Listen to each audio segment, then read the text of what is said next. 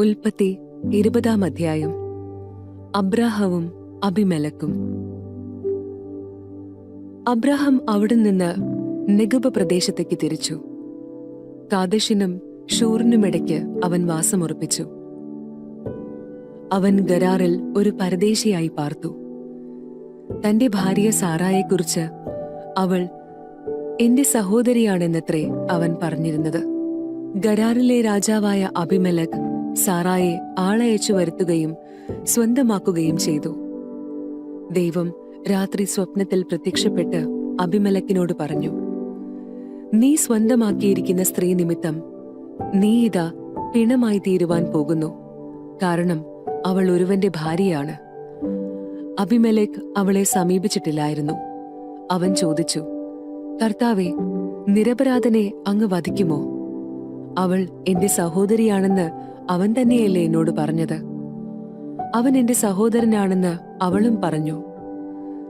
നിർമ്മല ഹൃദയത്തോടും കറയേറ്റ കൈകളോടും കൂടെയാണ് ഞാൻ ഇത് ചെയ്തത്. അപ്പോൾ ദൈവം സ്വപ്നത്തിൽ അവനോട് പറഞ്ഞു, നിർമ്മല ഹൃദയത്തോടെയാണ് നീ ഇത് ചെയ്തത് എന്നെനിക്കറിയാം. എനിക്കെതിരായി പാപം ചെയ്യുന്നതിൽ നിന്ന് ഞാനാണ് നിന്നെ തടഞ്ഞത്. അതുകൊണ്ടാണ് അവളെ തൊടാൻ നിന്നെ ഞാൻ അനുവദിക്കാതിരുന്നത്. അവന്റെ ഭാര്യയെ തിരിച്ചേൽപ്പിക്കുക. അവൻ പ്രവാചകനാണ്. അവൻ നിനക്ക് വേണ്ടി പ്രാർത്ഥിക്കും. നീ ജീവിക്കുകയും ചെയ്യും. എന്നാൽ നീ അവളെ തിരിച്ചേൽപ്പിക്കുന്നില്ലെങ്കിൽ നീയും നിന്റെ ജനങ്ങളും മരിക്കും എന്നറിയുക. അബിമെലെക്ക് അതിരാവിലെ എഴുന്നേറ്റ് സേവകന്മാരെ എല്ലാം വിളിച്ച് ഈ കാര്യങ്ങൾ പറഞ്ഞു. അവർ വളരെ ഭയപ്പെട്ടു. അനന്തരം അബിമെലെക്ക് അബ്രാഹത്തെ വിളിച്ചു പറഞ്ഞു, എന്താണ് നീ ഞങ്ങളോട് ചെയ്തത്? നിനക്കെതിരായി ഞാൻ എന്ത് തെറ്റ് ചെയ്തിട്ടാണ് എന്റെയും എന്റെ രാജ്യത്തിന്റെയും മേൽ ഇത്ര വലിയ തിന്മ വരുത്തിവെച്ചത്? ചെയ്യരുതാത്ത കാര്യങ്ങളാണ് നീ എന്നോട് ചെയ്തത്. അബിമെലെക്ക് അബ്രാഹത്തോട് ചോദിച്ചു, ഇതു ചെയ്യാൻ നിന്നെ പ്രേരിപ്പിച്ചത് എന്താണ്?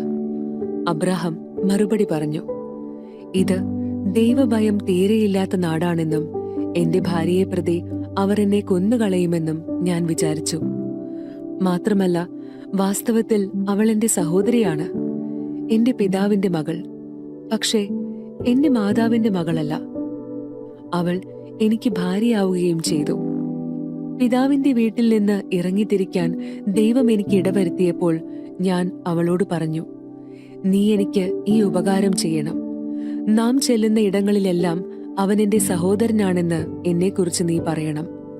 അപ്പോൾ അബിമെലെക്ക് അബ്രാഹത്തിന് ആടുമാടുകളെയും ദാസീദാസന്മാരെയും കൊടുത്തു. ഭാര്യ സാറായെ തിരിച്ചേൽപ്പിക്കുകയും ചെയ്തു. അവൻ പറഞ്ഞു, ഇതാ എന്റെ രാജ്യം, നിനക്കിഷ്ടമുള്ളിടത്ത് പാർക്കാം. സാറായോട് അവൻ പറഞ്ഞു, നിന്റെ സഹോദരന് ഞാനിതാ 1000 വെള്ളി നാണയങ്ങൾ കൊടുക്കുന്നു. നിന്റെ കൂടെയുള്ളവരുടെ മുമ്പിൽ നിന്റെ നിഷ്കളങ്കതയ്ക്ക് അത് തെളിവാകും. എല്ലാവരുടെയും മുമ്പിൽ നീ നിർദോഷയാണ്. അബ്രാഹാം ദൈവത്തോട് പ്രാർത്ഥിച്ചു. ദൈവം അബിമെലെക്കിനെയും ഭാര്യയെയും വേലക്കാരികളെയും സുഖപ്പെടുത്തി.